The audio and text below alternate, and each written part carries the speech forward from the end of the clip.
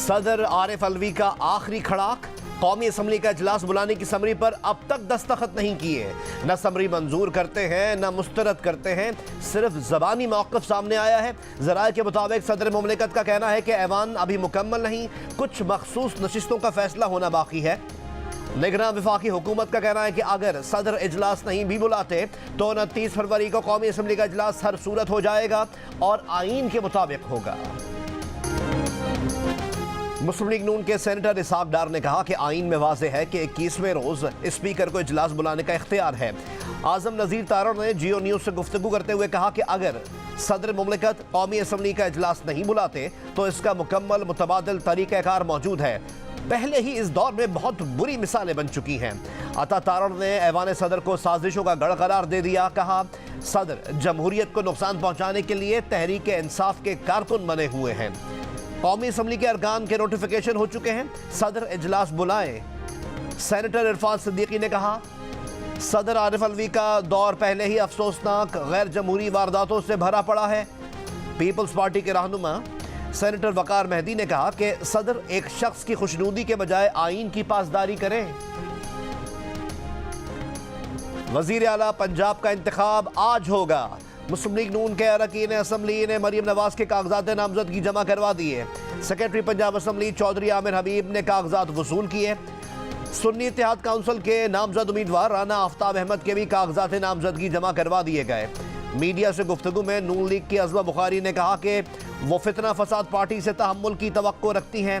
ये बता दूं कि ये पंजाब असम्बली है, बनी गाला या जमान पार्क नहीं। ये भी कहा कि मरीम नवाज शरीफ ने काबीना से मुताल्लिक अपना होमवर्क कर रखा है। पंजाब असम्बली में सुन्नी इत्तेहाद काउंसिल के वजारत आला के उम्मीदवार राना आफ्ताब अहमद खान ने कहा है कि वो कल का इंतखाब जीतेंगे। पैवस्ता रह शजर से उम्मीद बहार रख। कागजात नामजदगी जमा कराने के बाद मीडिया से गुफ्तगू में कहा कि कायदे ऐवान के इंतखाब के लिए ऐवान मुकम्मल नहीं, हाउस मुकम्मल करने के लिए इनके लोगों को आने दें। इनके अरकान असम्बली को ऐवान में नहीं लाया जा रहा। पीपल्स पार्टी के अवैस कादिर शाह स्पीकर और Anthony Naveed deputy speaker Sindh assembly मुंतखब। वजीर आला सिंध का इंतखाब आज होगा। स्पीकर और डिप्टी स्पीकर ने 111 वोट हासिल किए। स्पीकर के लिए MQM पाकिस्तान की सूफिया शाह और डिप्टी स्पीकर के उम्मीदवार राशिद खान ने 36 वोट लिए। मुबैना धांधली पर गुज़िश्ता रोज़ एहतजाज करने वाले PTI के हिमायत याफ्ता 9 आज़ाद अरकान और जमात इस्लामी के एक रुकन ने भी हलफ उठा लिया। अपोजिशन अरकान ने आज होने वाले इंतखाबी अमल का बॉयकॉट किया। वज़ारत आला के लिए पीपल्स पार्टी के उम्मीदवार मुराद अली शाह हैं। MQM पाकिस्तान ने अली खुर्शीदी का नाम फाइनल कर लिया। पीपल्स पार्टी के नामजद वज़ीर आला मुराद अली शाह ने नौमुंतखब स्पीकर असम्बली को मुबारकबाद देते हुए कहा कि आपने हुकूमत और अपोजिशन दोनों साइड को साथ लेकर चलना है। इजलास के बाद मुराद अली शाह का तहरीक इंसाफ के हिमायत याफ्ता आज़ाद अरकान से रब्ता, इंतखाब के लिए हिमायत तलब की।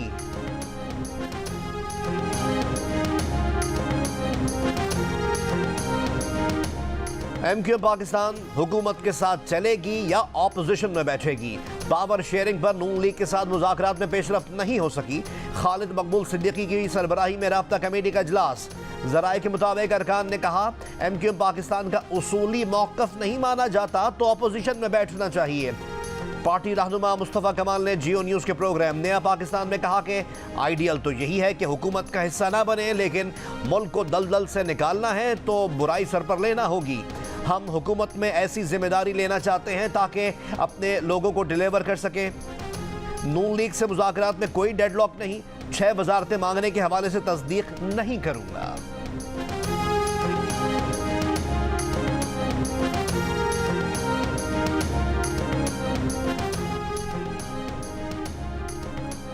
पीपल्स पार्टी का यूसुफ रजा गिलानी को चेयरमैन सेनेट का उम्मीदवार बनाने का फैसला। ज़राए के मुताबिक पार्टी ने यूसुफ रजा गिलानी को इस सिलसिले में आगाह कर दिया है।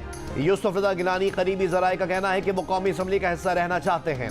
पार्टी ज़राए कहते हैं यूसुफ रजा गिलानी ने सेनेट की सीट छोड़ी तो इस पर दोबारा पार्टी का सेनेटर मुंतखब नहीं हो सकेगा। कौमी असम्बली की नस्बत सेनेट की नशिस्त पार्टी के लिए अहम है। तहरीक इंसाफ के 3 मार्च को इंट्रा पार्टी इंतखाबात के लिए कागजात नामजदगी जमा करवाने का वक्त खात्म। एलामिया के मुताबिक उम्मीदवार बराए चेयरमैन बैरिस्टर गौहर अली और उम्मीदवार बराए मरकजी सेक्रेटरी जनरल उमर अयूब की क़यादत में 15 रुकनी पैनल ने कागजात नामजदगी जमा करवाए।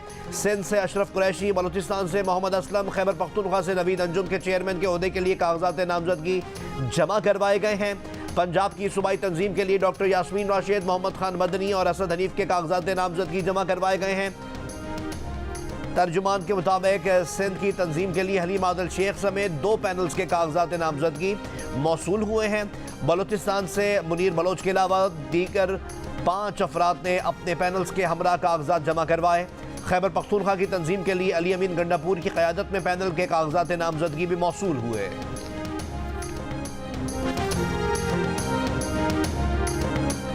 पीटीआई के बानी रुकन अकबर एस बाबर ने तहरीक इंसाफ के इंट्रा पार्टी इलेक्शन को गैर कानूनी करार दे दिया। आला अदलिया में चैलेंज करने का ऐलान, कहा यह सारा अमल कलअदम है और इसकी कानूनी हैसियत कोई नहीं होगी।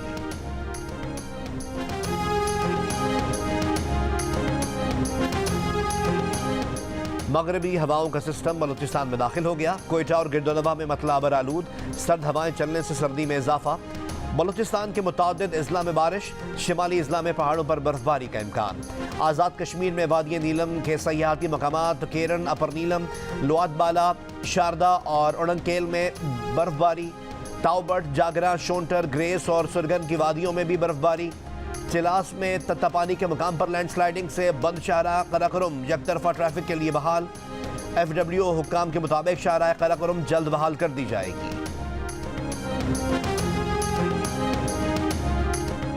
2020 में कराची में PIA का तैयारा इंसानी गलती की वजह से गिरकर तबाह हुआ।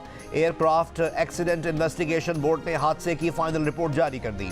रिपोर्ट के मुताबिक लैंडिंग की पहली कोशिश के दौरान तैयारे के इंजन रनवे से टकराए। इंजन टकराने और शोले निकलने का एयर ट्रैफिक कंट्रोलर ने पायलट को नहीं बताया। दोनों इंजन रनवे से टकराने की वजह से मुतासिर हुए और तैयारा हादसे का शिकार हुआ। दोनों पायलट्स और एयर ट्रैफिक कंट्रोलर्स में राब्ते और हम आहंगी का फुकदान था। रिपोर्ट के मुताबिक हादसे की इंतजामी जिम्मेदारी PIA और सिविल एविएशन अथॉरिटी पर भी आयद होती है। हादसे में 97 मुसाफिरों समेत 99 अफराद जाँ बहक हुए थे। 2 मुसाफिर खुशकिस्मती से बच गए थे।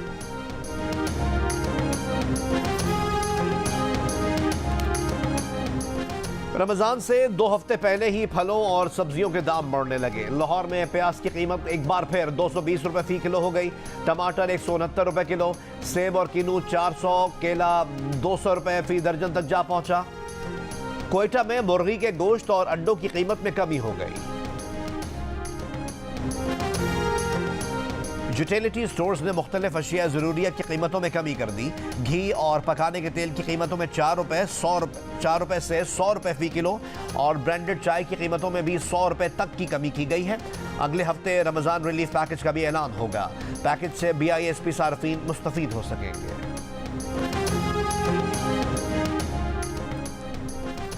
खैबर पख्तूनख्वा असम्बली का इजलास 28 फरवरी को तलब। अपोजिशन जमातों का स्पीकर, डिप्टी स्पीकर और वजीर आला खैबर पख्तूनख्वा के लिए मुश्तरका उम्मीदवार लाने का ऐलान।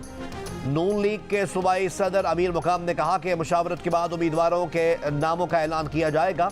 मुस्लिम लीग नून की नौमुंतखब रुकन सूबाई असम्बली सोबिया शाहिद ने कहा है कि 28 फरवरी को अपोजिशन जमातों के साथ इजलास में वजीर आला, स्पीकर और डिप्टी स्पीकर के उम्मीदवारों की नामजदगी पर फैसला करेंगे।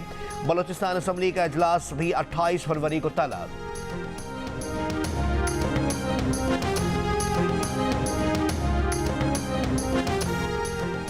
मुस्लिम लीग नून के रहनुमा ख्वाजा साद रफीक ने कहा है कि बानी PTI IMF को खत लिखकर कौमी जुर्म करेंगे। ख्याल था जेल इंसान के अंदर मुस्बत तब्दीली लाती है, लेकिन यह ख्याल गलत साबित हुआ। बानी PTI का इक़दाम मुल्क को नुकसान पहुंचाएगा। वर्कर्स कन्वेंशन से खिताब में कहा कि जिनकी हुकूमत नहीं बन रही वो कहते हैं धांधली हुई है। वो कानून का सहारा नहीं लेते, गलत बयानी करते हैं। नफरत, तकसीम और तासुब मुल्क को मजीद कमजोर करेगा।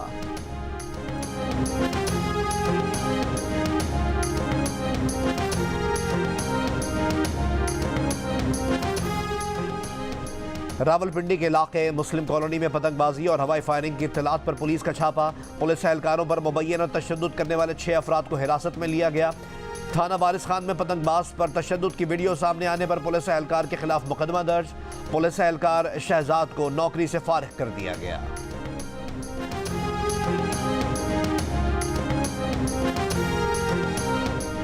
निगरान वज़ीर आला पंजाब मोहसिन नकवी की गवर्नर पंजाब मोहम्मद बलीगुर रहमान से मुलाकात।